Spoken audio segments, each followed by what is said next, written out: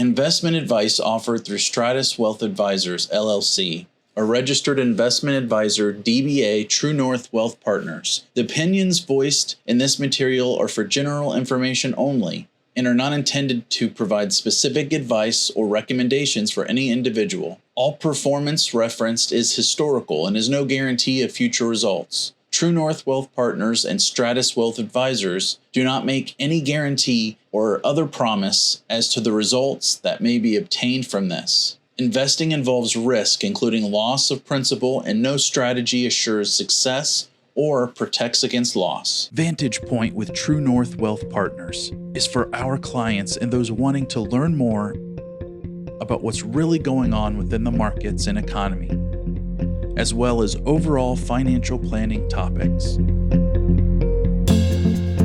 Hello, everybody. Welcome to Vantage Point with True North Wealth Partners. I'm Andy. Eric Susi. And episode number 30. 30. It's hard to believe. We're getting older. You are. Yeah. Tuesday, December 20th, almost time for Christmas, right? Christmas. Man, you're right. Another year. I'm getting older. It's getting closer. Yeah. It goes fast, doesn't it? Yes. No, it's good.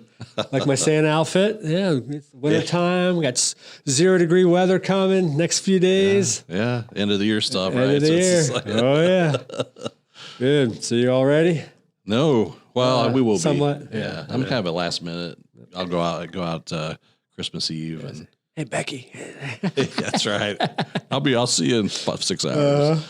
So it's kind of that's good. That's kind of my thing, I guess. But we'll get there. How about you? Yeah, pretty good. Yeah, we're pretty much ready. We're working on the Christmas dinner now. Aunt's coming in again, and nice. That'll be fun. My 93-year-old aunt will be there, and my other aunt, unfortunately, is still in the nursing home, so we'll visit her, but we won't be able to come. But yeah, it should be good. Yeah. Looking forward to it. So, a year has gone. So we did a heck of it's been crazy. December last year, a good rebalance necessary. And we're doing another rebalance that's coming up here. So set us up for the beginning, first half of next year. So I think it'll be the tale of two halves. It's basically 2023. The first half will be challenging. Back half should be looking a lot better. Yeah. And, I get guess through this, right? Yeah. And then, how bonds, we've underweighted bonds this year. Well, we're going to be adding back in some bond exposure. So, things are looking better on the bond. Finally. Yeah. Yeah. That's been one of the most frustrating things. Yeah. Stocks are down, bonds are down, munis were down 19, 20%. Yeah. All right. Safety. But it's crazy. But, and I think like they mentioned, bonds have been the worst performance for bonds ever, I think. Yeah. So we, since we're talking about that, I mean, they've mentioned, this is just coming from LPL, dated December 20th. So today, the average return on for bonds, just core bonds, after the Fed pauses their interest rates, so after the Fed pauses rates, which will be sometime early on in the first part of next year, the average return, 6 months return is on average 8%. A year going out is 13%. So that's why we're looking for opportunity for as bonds. Once the Fed gets done, they're getting close to getting done, then the bonds will react much better in 2023. So you'll see a lot of allocations going back into bonds as we sidestep that for the most part. Yeah. I always describe it kind of like the teeter-totter, right? So right now we're like this. We have high interest. The values of bonds are down, right? Then they start cutting rates. Right. Yeah. You have the value of the bonds go up. Yep. Price. With, not as much risk, which is good. You got it. So we'll be looking for that and helping out. But what else are you seeing on overall economy? Just any trends that you see? Yeah, it's interesting. You look at unemployment, right? And, it's still too high for the Fed. Yeah, right. Yeah. They don't like it. Yeah. But still, it's hanging in there. Yeah. Yeah, I know. It is. Yeah, it is. But then you still go out to rush, you still see people they can't hire. Right. So it's just, I think it's the hangover from COVID still kind of going on with all the craziness with the economy. Yeah. But nothing too crazy. It'd be interesting, like retail sales. It'd be interesting to see if we get a little bounce maybe here. Costco CEO is on. He's not looking grimace. FedEx is coming out tonight, so that's going to be interesting. But it's going to be. I think reality's setting in. So lumber's way down, right? Yeah, I mean it's way down from where it was. From where it was, right? Used car prices. So, seen some normalization, but ways to go. Yeah, and just like a rehash, we'll use like a dominoes effect. So things that we have, that the Fed and the economy looks through. Okay, look at the stock market. Okay, PMI has to fall, consumer confidence falls. PE, price to earnings ratio needs to come in. Volatility rises, the VIX, yield curve inverts, check. Financial conditions tighten. So our housing markets deteriorates. It is GDP contracts, which it is, especially on Hedgeye, one of our research partners that we use. It's going to be negative print first quarter. -2. They're predicting for -2 negative GDP print for the first quarter of 2023. Yeah. So we saw that first quarter, second quarter of 2022 was negative, and it was positive. But then it should go back to negative again. Speaking on the GDP, this just came out again today, December 20th, the Atlantic Federal Reserve Bank of Atlanta. So the fourth quarter GDP estimate has come back down to 2.7%, which is still probably a little bit high. We'll see when it's all, only 2 weeks left. But a month ago it was well over 4.25 or so. Yeah. So it's already pulled back in. And we'll see how it all shakes out. But the point is, its slope's going down. Yeah. ISM manufacturing is below 50, so that's pulled back. Ohio State beat Michigan. I know, geez, I throw that in domino. There. No domino to fall. Jeez, I tell you, we'll see. Got to beat Georgia. Yeah. And then we could have the rematch again. That'd be great. That would be nice. We'll see. So a couple more things that are, labor market weakness that's still hanging in there. So that has to come in more, and earnings per share growth, which we've talked about that before. I have a chart on that, but that still has to come in. Analysts are finally reeling in earnings per share growth for companies. Then earnings per share recession. So you're going to hear the recessionary for company profit recession, earnings per share recession. So inflation, that's old news. So quite frankly, we've been talking about that for over a year now. So that's old news. It's peaked. We all know that. It's just going to be sticky and elevated all throughout 2023. So we're not going to see... based on Hedgeye, they're saying nothing below 4% on the CPI print all through 2023. Yeah. So it's going to be elevated and sticky. And then NBR, so that's a recession, NBER, that's the entity that declares when a recession starts or ends. When they look back in the history books, they'll probably say January 2022 is when it started. But we'll see. So basically, we're a year into this bear market / recession, and then we'll turn the page and get on out of that. Yeah. But, upcoming Fed meetings, just to point that out there. These are key dates. We always have that on our date. Yeah. So next one's February 1st. Okay, so we were hoping and have stated, love to have just a 25 and pause. It might be a 50 at that time. Love to have it be a 25, but it'll probably be a 50. We'll see. Sure. And then the next one, on February 1st. After that, it'll be March 22nd. And that will, if it's a 50, then maybe a 25 at that one. And then hopefully that's it. We'll see. Yeah. So, we've heard other. Or the odds of Vegas, right? Yeah. I mean, different firms have come out. Yeah. Oh, they're going to keep on going into May, what have you. So we'll see. I don't believe they can continue to raise rates into that. So we're 1 or 2 away before they pause.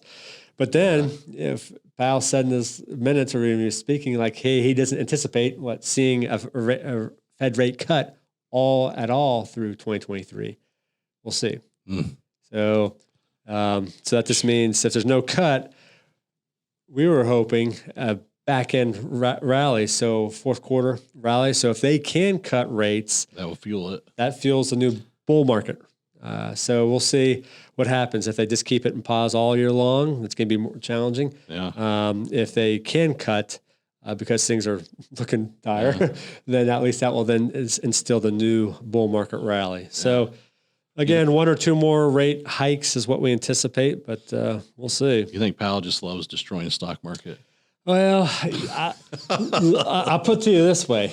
Volcker, which is the guy who just he stopped too early, and then he's got that in his mind. That's in his mind. Yeah, and he doesn't want to be the pot. Oh, I stopped too early, and he stated that. And one of the ladies I follow, she mentions that back in March, he ain't stopping. She's been dead on. So true. So far, at least. So the interesting part, the makeup of the Fed committee. They're dropping at least 4 Fed members are rolling off, more of the hawkish tone, replacing by 4 dovish folks. So the Fed easing. Again, the Fed put is what really Powell doesn't want to be known for anymore, per se. The Fed put means, don't worry, everyone. The Fed will save the markets. Started really back in 2008. So we've had 14 years of the Fed put being with us and in the stock market. So that's coming. It's come to an end, and they're going to, I believe, adhere to that. And even though they're changing over some faces within the Fed committee members with some more dovish ones, but it's going to get tenacious. And on the Fed meetings, you're not going to have a majority 17 folks vote all that. So meaning all on the same side of the page of cut or not cut. Sure. So you're going to see dissensions coming on. So that's going to be talk all through 2023. How there's 4 or 5 or 8 people who, no, we have to cut. And he's just still hammering, keeping either raising or pause and not lowering rates. So interesting. It's going to be really interesting all throughout all their meetings of next year. And then just, spending of money, it's a shame, but, pension bailout cuts, 36 billion of pension bailout. So the printing money. More printing them too, money supply. I guess today lawmakers just unveiled a huge $1.7 trillion omnibus bill. The government basically just funds the bill for the next fiscal year through 2023. So it's just more spending. Sorry, kids. Yeah, sorry. It's just reasonable folks who get it. Take your pill, take the pain, get it over with. It is what it is. Yeah. It's not just votes, right? It's voters. Yeah, you need politicians cater to the voters. Yeah, and these lawmakers, it's just disgusting. What's going on? Yeah. Even though the truth's finally coming out, so it's all coming out. But just amazing the coverage or lack thereof. All right, so we talked about, I mentioned this, I'll just read it just to be clear. So markets are switching from focusing on inflation to focusing on slowing the economy. And basically, these developments are bullish for bonds and bearish for stocks. So that's why we're, again, going to be increasing our bond exposure on our next rebalance. So you'll see a lot of activity over the next few weeks, that's for sure. Yep. So what's going on there? Good old Buckeye State housing markets. You know what? So some good news. What's our tips of the month, or what are we in our? When you get your investment statement and you have tears in your eyes, right? You look at your 401k, you can at least go hug your house. Yes. Right? So this is hot off the press. Yep. Columbus housing market forecast strong for 2023. According to Realtor.com, Columbus is forecast to be the nation's 14th healthiest housing market in 2023. The listing service projects Central Ohio home sales to rise 4.5% and prices to climb 5% next year. So is that because of the 2 projects? Yeah, Intel. Yeah, Honda. There you go. Yeah, so that's we're insulated. We've always have been, but then adding those 2 projects, just makes us in Greater Columbus and Ohio in general even better to be able to withstand all the ebbs and flows of the markets, economies, things of that nature. Yeah, and Columbus has, of course, we got OSU, some pretty big employers, insurance companies, banks. We're blessed, even though it's ugly out there. Good news. Yeah, right. So you can go kiss your furnace, right? I love your house. I love it, man. But well, good. So that's good news. What about retirement? So everything too, right? Yeah. What's going on with that? What they pass? So like retirement age, expectations, right? So it's like, remember it used to always be, I'm going to get to 60, I'm going to retire, then I'm going to get to 65, and it keeps going up. So the expectations have, even though, hey, I want to retire at 65, you're seeing people pull back from that, right? Even retiring earlier. I have a number of clients who even this year, right now, we're going through their retiring and just been good with, hey, you know what? I might have to work part-time. Right. That's Change good. of career, less stress. Yeah. So that's what's going on now. We've seen it in all of our clients. Me too. So I have clients just packed it up. They moved to more favorable states. Tennessee, Texas, Carolinas, Florida, and they're working from home or just, I have a client who work at the Hallmark store, just part-time, 25 hours a week just to keep her semi-sane while she's doing that. And the husband's picked up another job, but he's getting a pension, retired from the city of Columbus and just doing something else part-time. Sure. So, why not? Right. Yeah. Then it's good. Mentally, it keeps you engaged as that. Yeah, absolutely. I know 401ks, 403bs, the limits putting in has increased for 2023, but how about the IRAs, Roths? Yeah, gone up. So it went up 5,000. So or 500. Yeah. Sorry, $500. So for 2023, if you're over 50, you'll be able to do 7,500. Yep. Under 50, be 65. Yep, that's great. IRA and Roth IRA. IRAs and Roth, right? Contributions, yeah. So that's good. Yeah, and I know they have that all subject to inflation caps, and so they keep on doing that. I know I think we talked about this earlier for the Social Security wage base. They keep on raising that up, so it's a hidden little tax they jab it to you. Yeah. So is there as well, but all right. In regards to anything else on your mind? We covered some of the hot topics, rebalancing. Yeah, everybody. The other thing like HSA, health savings account contributions. Key. So plow that in, folks. Yeah. And then HSAs, use that triple tax. There you go. Jinx. Yeah. So what's how the charts looking? All right. Well, let's get through our charts. They're always fun, and add just a couple new ones in here. So Nathan, our producer, will put these up for you and take a peek. Hit pause if you need to, and also hit that subscribe button. Okay, that's key. So every time it comes out, you get notified automatically, and then you're good to go. So. All right. Here's the S&P stock market. S&P through yesterday's closing price. It was down. Let's round it to 20%. This is just beginning to end, beginning of the year till yesterday. So let's round it down to 20%, negative 20. What you see there, the channels, higher, lower highs and lower lows. So just the channel is going down, and we anticipate that occurring into the first quarter as well. Stock market PE ratio. So again, 17.2. And again, the average is 15.5. So it's come down from the highs, well over around 24, but still elevated. And that will come in as the markets deteriorate for the S&P. Stock market volatility, the VIX volatility index. Again, just what the options traders think 30 days going out. Currently right around 22. Again, the average is 18.7. Again, below 20, great. Between 20 and 30, chop bucket, and above 30 is the F, or everybody loses money. This is what we talked about. Got to say, remember you and I were talking back in December last year, the average is 4.7 pullbacks for the S&P, having 5% pullbacks in the S&P on average 5 times a year. I'm rounding it. Again, we said that a year ago, saying we're going to go well north of that, and we are. So we've now tied it. Nailed it. Nailed over 12 times now we've had that pullback compared to last year was 1. So we're going back to 2020 when COVID hit. So of 12 pullbacks of the S&P 500, at least 5% down.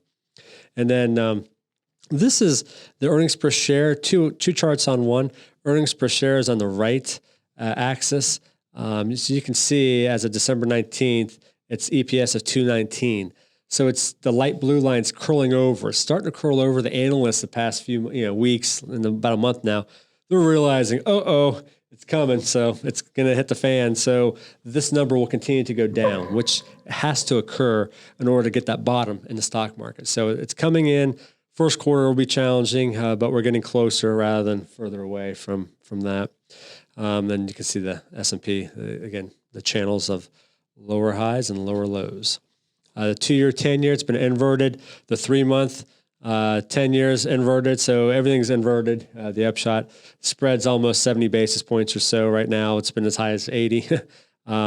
But again, the inversion of the yield curve just means, it's a canary in the coal mine, yellow flag. So those are signs that we've been talking about all year long as well. And the steepness, again, 0.68, the difference between the 2-year, 10-year, again, recessions are there as well. Typically 9 months, 13 months before it occurs. Well, we're in it. So is what it is. Fed funds rate, it's just a visual. A lot of this doesn't really mean too much, but this just shows you where we're at. Going back to like 2005, when the Fed to cool the housing market, all those rate increases, straight up the hill, up the mountain, plateau to 5.25, and then straight down. Same here with us. Straight up, but our gaps are bigger, 50, 75, 75, 75, instead of the smaller ones. So we're getting there faster. This is one of the fastest Fed rate increases in history. Okay, so in decades at least. Yeah. So then they're going to go up high or over 5%, and then 2023, and then come back down again. So that's where we see the plot, and then you can see the Federal Reserve members. They all meet. Each member has a vote. Each blue dot is their vote. Again, 2023 going higher, peaking out 5.25 or so in that range, and then coming back down. But still elevated, so higher for longer. Federal Reserve balance sheet. So this is good. We want to see this number. It was over $9 trillion at the beginning of the year, so it's all down to $8.6 trillion. So it's curling over, coming back down. So the whole idea is just the Fed, the balance sheet run off to let things expire. No more buying back the mortgage-backed securities or corporate bonds, things of that nature. That $95 billion a month. They're trying to, that acts like a Fed increase inadvertently just by letting things run off the balance sheet. So that's a couple-year project. That's going to take a few years to get that number down to the $4 trillion mark instead of the $9 trillion that it started at. Leading economic indicators, these are confidence board, LEI indicators. Again, just a negative, so you can see how it's negative typically in a recession. So that's why we're in it. It's just to how long, what degree is what it comes out to. CPI, Consumer Price Index, again, we talked about this ad nauseum. So over 9% was the high. That was a high watermark. Now it's 7.1. So the good news is we've peaked. We've been saying that. So it's just going to be elevated now. So yes, rolling down. It has peaked and coming lower, which is great. The Fed likes to use the PCE. So the PCE indicator, their target is around 2%. So with the PCE indicator, again, X food and energy is at 6, at 5. With it, it's at 6, but they want to get those down to 2. So again, still elevated all throughout 2023, but at least it will be going down further. So that will provide relief. This is a little new chart. Sector returns, just to sort of point out energy for this year. It was great. This is a total return, 57% almost. Healthcare only -2, materials -10. I'm just rounding here. S&P down 17, again rounding. But see, technology down 25, consumer discretion down 34, communication down 40%. So certain parts of the index, 11 parts of sectors within the S&P 500 index, some are positive, only 1 or 2 utilities, but then all the rest are pretty much negative. So that just gives you a glimpse of why a diversified portfolio, like you've mentioned before, is key. Oil and the dollar. So again, it's inverted. So the dollar is on the right axis. So we had a strong dollar all year long, starting in the 90s all the way up to like 114. It's come back down. So the dollar is about 105 right now. Oil is on the left axis. You can see oil went straight up, 120 almost, and then came back down to right around the 75. Again, they're manipulating the whole oil market, the Saudis, the Biden, all that. Oh, we'll replenish the strategic oil reserves at $60 a barrel. I mean, it's just market manipulation. It's a bunch of crock, but it is what it is. And then the bear market cycles, you can see here, again, bulls and bears. Good news is the bull markets last longer than bears. We're definitely in a bear market turning into a recession. So again, the average is 1 year, 2 months with an average decline of 36% for a bear market. So we'll be seeing that again here in the first quarter. Yeah, we talked about this earlier, the copper, lumber, all that. So lumber prices, the beginning of the year, it's like 350% higher. Yeah. Now it's still higher, but it's like 100% higher from the start, but it's at least come down a couple hundred percentage. Yeah. So that's good. You can see oil, copper, all that. So at least things are looking better. Savings rate, you and I talked about this all year. So that was the 2 years of free money, pump, it all stopped. Now it's only down to 2.3%. So the average is 6.8%, historic average of people having savings, all the way straight down to 2.3. So that's huge. That's crazy. It is. And that's where consumer spending on their credit cards. Yeah. Swipe. So it's unfortunate, but that's what you have to do. Rob Peter to pay Paul, and then things were going to shift around. And we'll end on Social Security. So Social Security, yes, 8.7%. It is what it is based on the COLAs and all that, cost of living and CPI and inflation. But again, it gets eroded. But at least you'll see a higher in January, a higher Social Security for those on there. So we covered a lot. The upshot, the takeaway is this: expect another full rebalance. A lot of activity over the next few weeks. So keep an eye on that. We're still going to make the portfolios defensive by nature. Add in more bonds. And then, get through the first half or first quarter or so of next year, and then rebalance. We'll eventually get the portfolios more aggressive, but not yet. Sure. We're just going to do what we can. We've done a good job this year. Definitely losing less, so we're proud about that, and adding alpha. With that, I guess we'll sign off for 2022. Yeah, Happy New Year. Merry Christmas. Merry Christmas, Happy Hanukkah, everybody, and enjoy the snow. It's going to be flying, hopefully. Yeah, right. We got to enjoy it, right? It's Christmas time. So, right. All right, we appreciate you all. Reach out to us if you have any questions, and then we communicate via our updates and emails. So just keep an eye out for all that good information, and we'll talk to you soon. Take care. See ya. Thank you. You can reach this episode on our website at mytruenorthwp.com, by other podcast venue sites, or by calling us at 614-929-2715.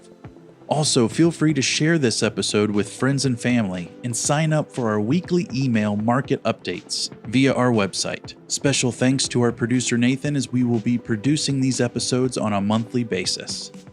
Investment advice offered through Stratus Wealth Advisors, LLC, a registered investment advisor, DBA True North Wealth Partners. The opinions voiced in this material are for general information only and are not intended to provide specific advice or recommendations for any individual. All performance referenced is historical and is no guarantee of future results. True North Wealth Partners and Stratus Wealth Advisors do not make any guarantee or other promise as to the results that may be obtained from this. Investing involves risk, including loss of principal, and no strategy assures success or protects against loss.